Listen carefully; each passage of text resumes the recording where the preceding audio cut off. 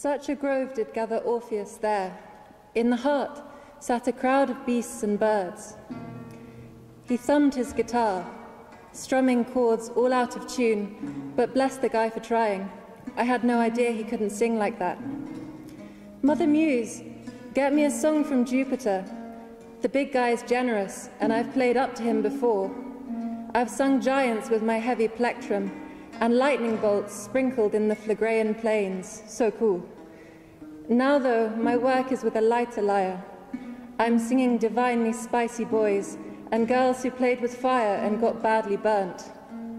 The boss man fancied Ganymede, found him to be a fitty, a boomting zesty dish, a saucepot dime piece, gliding about like sex on legs. Have I gone too far? In short, hot as gnocchi, as they say in Italy, and so desired a quick change of attire. Nothing felt right except his old eagle feather boa, his high heel talon shoes, and at once he struck out, faux fur flying, and pulled. Now he's got a babe among babes to mix his drinks, and Juno's righteously pissed, but then she always is. Hyacinthus. Oh, Phoebus could have gotten you as high, Hyacinth, if fate had made space for you in the sky. You're sort of immortal now. As often as spring pushes back winter, and the goat succeeds the watery fish, you rise up as flowers in the green turf. My dear father judged you supremely tasty, and so neglected Delphi, which was previously the center of his world, whilst the god got busy in Eurota and unfortified Sparta. Neither harp nor arrows were much to him. He went on unmindful, didn't refuse to carry the net, nor to hold the dogs, nor to go up and down the mountain ridges, because he burned on and on with such a careful fire.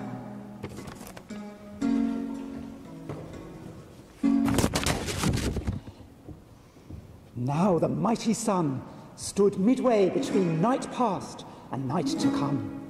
An equal space divided it from each. They freed their body from clothes. They gleamed with the juice of the rich olive.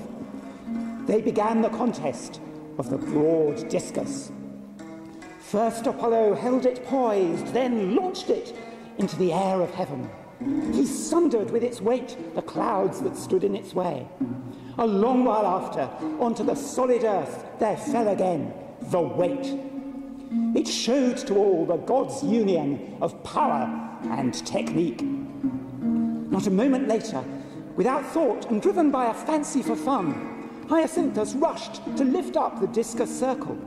But that circle and its rebounding weight, the unforgiving earth dashed up into that face of yours, Hyacinthus. The god grew as pale as the boy. He picked the body up from its collapse. One moment he tried to fondle you, one moment staunched your grim wounds. Another he brought to your lips soothing herbs to delay the flight of life. The healing god's science, no use. The wound was beyond medicine. Just suppose, in a well-watered garden, someone were to break violets, say, or poppies, or lilies with the bristling of their yellow stamens' tongues. They would droop all of a sudden, let down their heads grown heavy.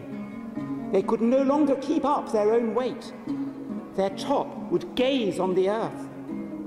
Exactly so, the boy's dying head lay down. His neck, deprived of strength, was now a burden to itself, and slumped back on his shoulders.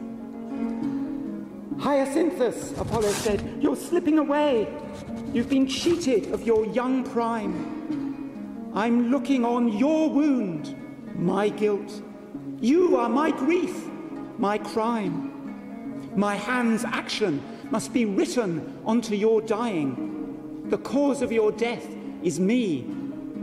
How I wish I could give my life for you, with you, but the law of fate binds us.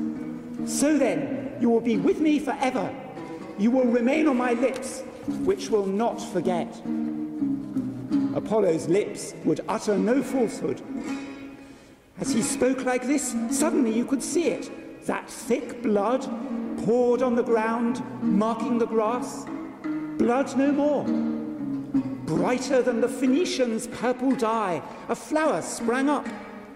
It had the graceful look of lilies, save only that the colour of this flower was purple, of those flowers white.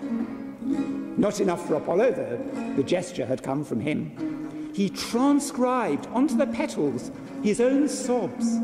Aye, aye, the flower has penned on it the alphabet of grief. Sparta is all too proud of Hyacinthus, its son. Memorial lasts to this very day. Still now the ancestral rite must be held. Every year return with processions sweeping by the Hyacinthia.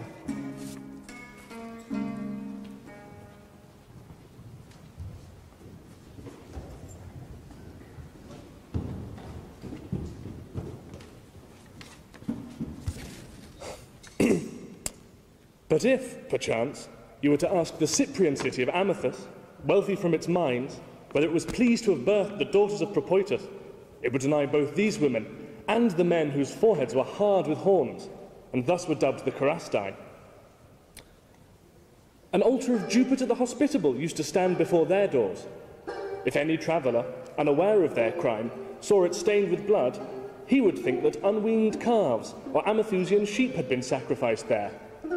Instead, their visitors were their victims. Appalled by this unspeakable offering, nourishing Venus prepared to abandon her cities and the whole land of Cyprus. But, the goddess opined, what harm have these charming places done? How have my cities sinned? Did they commit any crime? It is this impious clan, rather, that should pay the penalty, with banishment, or death, or something in between. What might that be, if not the punishment of a changed shape? While she was considering what form to inflict upon them, her gaze fell upon their horns. She decided to leave these in place and make the rest match. She transformed them into savage bullocks. The obscene daughters of Propoitus, however, dared to deny that Venus was divine. Because of this, so they say, the goddess in her anger made these women the first to prostitute their bodies and their good name. When they lost their sense of shame and ceased to blush, the blood grew hard in their faces, and, in a short time, they were transformed into unyielding flint.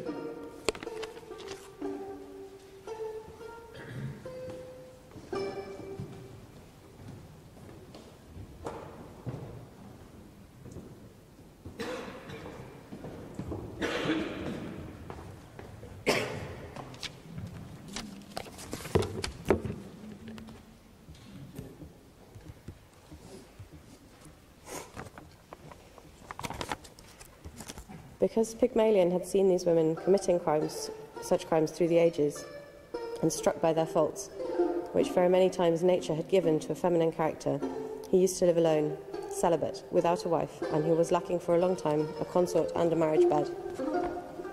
In the meantime he sculpted white ivory, happily by his wondrous art, and gave it a form by which no woman could have been born, and conceived a love for his own work. Its appearance is of a true virgin, which one might believe to live, and if reverence might not stand in the way, might wish even to be moved. Art to such an extent lies hidden in his own skill. Pygmalion wondered at it, and drank in a fire in his breast for this simulated body. Often he would move his hands, touching this work, whether it might be a body or still that ivory, and he did not acknowledge that it was yet ivory. He gives it kisses and thinks they are returned, and speaks and holds it, and believes his fingers settle upon limbs that have been touched, and he is afraid lest bruising may come into these pressed joints. And at one moment he turns toward fond caressing, at another he brings this body gifts pleasing to girls, shells and smooth pebbles, and small birds and flowers of 1,000 colours, lilies and painted bulls, and amber tears of the Heliades slip from the poplar trees. And he also supplies its joints with clothes, gems for the fingers, a long collar on the neck, like berries for the ear and necklaces on its breast. All is proper, and now it seems not less beautiful than the naked form. He places this on scattered coloured cloths, dyed with Sidonian shells, and calls her his companion of the couch. And after leaning upon her neck among the delicate soft feathers, as if she would be able to feel it, he puts her back among them. Now the festival day of Venus had come, most famous everywhere in Cyprus, and the heifers, led by their curved gilded horns, had fallen down when their white necks were cut, and the incense was smoking. When his duties were performed, he stood firm at the altars, and timidly Pygmalion said, "If the gods are able to give all, may there be a wife for me, I wish." He dared not say the ivory virgin, but like my ivory statue. And he felt it, as golden Venus herself was present at her festivities, pledges that those things would be purposed. And as an omen of a friendly spirit, a flame lit 3 times and led its tip through the air. As he returned, he sought again his image of a girl and gave her kisses, lying on the couch. She seemed warm. He moved his mouth again and also tried her breast with his hands. The ivory softened when touched, and the fixed rigour sank down, giving way to his fingers, as Hymetian wax re-softens in the sun, and when dragged with a thumb, is turned to many appearances and makes itself useful for every purpose. While he was wondering, and without a doubt rejoicing, fearing a mistake, again loving, again with his hand, he undertakes his vows anew. She had a body. The veins jump under his thumb as he feels her pulse. Then indeed the Paphian hero takes up his fullest words, with which he gives thanks to Venus. And at last he brought forth no false prayers with his mouth. The virgin feels the kisses he has given and blushes. Raising her faint-hearted eye to his eyes, she sees her lover at the same time as the sky. And the goddess was present at the wedding which they made. And now, since the moon's horns have been made into a full orb 9 times, the ivory girl bore Paphos, from whom the island holds its name.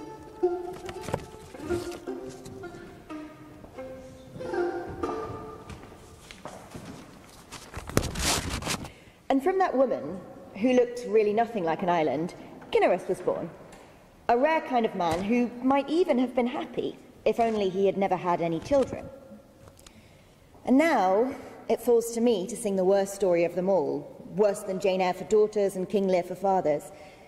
But if you've listened to anything we've said so far, surely you've learnt that art doesn't just come to life. But say you have listened, and for some reason you've believed any of this rubbish, learn this. People who do bad things get bad things in return. It's simple. And since, for some reason, nature seems to allow these kinds of terrible things to happen, I'm grateful to live here, among our own people, or among some other normal group of people like the Asmarians, because we all know that these kinds of things don't happen in the kinds of places that we call ours, don't we? The land that we call Pangaea is rich in all sorts of things, in cinnamon and cardamom and in frankincense, and in the sorts of flowers that grow in the sorts of places we would rather not think about. But all of these riches combined weren't enough to pay the debt of a single moment's lust, and her tree, the myrrh tree, when it grew, was not worth nearly so much. Love, if you'd asked him, would say that he had never even touched Myrrh with his weapons, and that it wasn't him who lit the torch that guided her nervously to her father's bedroom. He'd blame the fates, and say that the torch had been brought up from hell, and he'd make up some old story about the kind of girls who keep snakes hidden in their hair. If the worst kind of crime is to hate your own father, then to love him is worse than the worst. Only you, Myrrh, could have every prince from every land hanging on your every word and still want the only one that you can't have. Why couldn't you have chosen one of those other men? All you had to do was not choose this one. But it was this one that she wanted, her own father. And even as she thinks it, she hates it. Do you know what it is to be repulsed by your own love? Do you know what it is to wish that you had imagined something, but to know full well that you'd built it with your own hands? She prays to the gods for some kind of moral guidance. She prays that just like when she was a child, her father would take her hand in his and hold her back from doing this terrible, terrible thing. If, that is, terrible is even the right word for it. Who am I to judge those who worship another kind of Venus? After all, birds do it, bees do it, even educated animals go to bed with their fathers on occasion, and nothing is said. Have you ever heard of a cowherd pulling a bull off the back of his own heifer, or a stallion from his own filly? A goat will have a go on goats that it sired, and even a bird knows how her eggs like their eggs in the morning. Seriously though, isn't there some freedom in doing exactly what you want? These human laws are inhumane, and what nature permits to others, ethics that aren't to be trusted, forbid for us. And yet, they say that in some distant land, sons sleep with their mothers and daughters with their fathers, a land of double love, where poems come true. They fuck you up, your mum and dad, they don't mean to, but they do. If only I'd been born in one of those places and not stuck here, a victim of bad luck and misplaced desire. You might ask me what the point is in going back over all this. I want you to learn not to wish for hopes or homes that are forbidden. This man deserves to be loved, but to be loved as a father, as the royal Kithara, and not the Kithara who wakes up with some girl he knows all too well. What's already my own can't also be mine. I've lost him because I love him. I would be stronger a stranger and would become one, leave behind my homeland to cross over this boundary, if I could leave behind this feeling. But just as he held back my bike that day when I rode too close to the cliff edge, my father holds me back now. Only this time, it's not my stabilizers that slow me down, but his face and his touch and his voice and the movements of his lips. And as fast as I pedal, I never get any closer to that cliff face. And can you see over the edge now, you silly girl? And what is it that you see when you look down from the cliff? That you've mixed up his name and your husband's, like those hearts you used to draw in your exercise books when you thought that no one was looking. I suppose you'll take a new name either way. You'd be the other woman to your mother and the lover to your father. You'd be sister to your son and mother to your brother. But are you not afraid of the kind of monsters that haunt the kind of places where children screw their parents? The Furies, with their black hair full of snakes, will see through this tainted love and look straight into those guilty eyes. You, Myrrh, whose body has not yet done anything that anyone could say it shouldn't, don't do this. Don't even consider it. You surely don't plan to break the rules that should never be broken for this, for sex. Dream it if you have to. It's the doing of it that's forbidden. Your father is good and righteous and kind and takes out the bins and answers your texts when he reads them and lets old ladies sit down on the bus. There's not a chance in hell that he feels what you shouldn't feel.